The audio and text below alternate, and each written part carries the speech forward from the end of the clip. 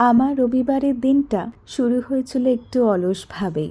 আমরা যারা বাঙালি তাদের কাছে রবিবার মানেই তো এক আলাদা রকমের অলসতার দিন। এই যেমন একটু ঘুম থেকে দেরি করে ওঠা আর তার সাথে দিনের সব কাজও যেন একটু দেরিতেই শুরু করা। সকাল 10টায় ঘুম থেকে উঠেই জানলাটা সরিয়ে বাইরে তাকাতেই বুঝলাম আজ হয়তো বৃষ্টি হতে পারে। সাথে সাথেই মুডটা একটু রোম্যান্টিক করে তোলার জন্য ঘরের এয়ার ডিফিউজারটাও অন করে রাখলাম, আর তার সাথেই চলছিল 90s-এর সেই পুরনো দিনের গানগুলো, রিমঝিম গিরে সাবন। তারপর হঠাৎই মনে পড়ল আজকে একটু নিজের স্কিন কেয়ারটা করি। অনেকটা দিন হলো নিজের স্কিনটার যেন ঠিকমতো করে নজর দেওয়াই হচ্ছে না। যেই ভাবা সেই কাজ। প্রথমে জেন্টাল একটা ক্লিনজার দিয়ে মুখটা খুব ভালো করে পরিষ্কার করে নিলাম।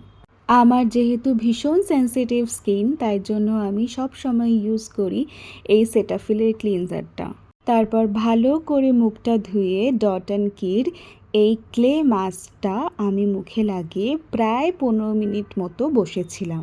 যাদের আমার মতো অ্যাকনি আছে তারা এই মাস্কটা ইউজ করে দেখতে পারো, ভীষণ ভালো। আমার তো ভীষণভাবে কাজে দেয়। এরপর ভালো করে মুখটা ধুয়ে আমি ডট অ্যান্ড কিরি এই অয়েল ফ্রি ময়শ্চারাইজারটা ইউজ করে নিলাম। তারপর স্কিনটাকে ভালো রাখার জন্য সানস্ক্রিন মাখাটা কিন্তু খুব ইম্পর্ট্যান্ট। বাড়ির বাইরে না বেরালেও সানস্ক্রিনটা কিন্তু মাস্ট।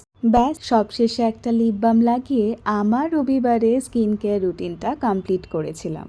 তারপর 1 কাপ চা হাতে নিয়ে বিস্কুট ডুবিয়ে খেতে খেতে বাইরের পরিবেশটা বেশ এনজয় করছিলাম। কিছুদিন ধরেই চারপাশটা বেশ মেঘলা হয়ে থাকে। বৃষ্টি আসবে আসবে করেও যেন বৃষ্টি আর ধরা দিচ্ছে না। ঘড়ির কাঁটা যখন প্রায় 1টা ছুঁই ছুঁই, সেই সময় চলে গিয়েছিলাম কিচেনে দুপুরের লাঞ্চ তৈরি করতে। সেদিন একটু পাতলা করে ঝিঙে আলুর ঝোল বানিয়েছিলাম। অনেকেই এইরকম রবিবারে খাবার দেখলে নাকটা কিন্তু ভালোই সিটকাবে, কিন্তু মাঝে মাঝে পেটটাকেও তো একটু রেস্ট দেওয়া প্রয়োজন, তাই না? আচ্ছা, তোমরা কারা জামুন খেতে ভালোবাসো বলো তো? আমার তো একদমই ভালো লাগতো না, কিন্তু পুনেতে ভীষণ মিষ্টি জামুন পাওয়া যায়, একটুও কষ থাকে না, তাই জন্যই ভালো লাগে খেতে। ছাড়া সুগার কন্ট্রোলের জন্যও তো ভীষণ উপকারী।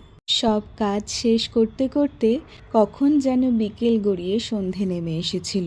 আর আমার কাছে সন্ধে মানেই হলো আমার এই ছোট্ট ব্যালকনিতে বসে পুনের এই সুন্দর সানসেটটাকে চুপচাপ উপভোগ করা। তারপর কিছুক্ষণ ব্যালকনিতে সময় কাটিয়ে ঘরে ফিরে এলাম। ঘরে ফিরে প্রতিদিনের মতো ঠাকুরের কাছে সন্ধে দিলাম। জানি না কেন দিনের শেষে এই ছোট্ট অভ্যেসটার মধ্যেই যেন এক অন্যরকম শান্তি লুকিয়ে থাকে। আর অন্যদিকে চলছিল সানডে স্পেশাল বিরিয়ানির প্রস্তুতি পর্ব। সেটা বানানোর দায়িত্বে ছিল আমার হাজব্যান্ড। সত্যি বলতে খেতে একেবারে অথেন্টিক কলকাতা স্টাইল বিরিয়ানির মতোই লেগেছিল। সাথে ছিল একটু স্যালাড আর ধনেপাতার চাটনি। সব মিলিয়ে পুরো রবিবারে ডিনারটা যেন একেবারে জমে উঠেছিল। আর তোমাদের যদি বিরিয়ানি রেসিপিটা লাগে অবশ্যই কমেন্টে কিন্তু জানিও। এই ছিল আমার রবিবারের গপ্প। ভিডিওটা ভালো লাগলে একটা লাইক কমেন্ট করে জানিও। টাটা।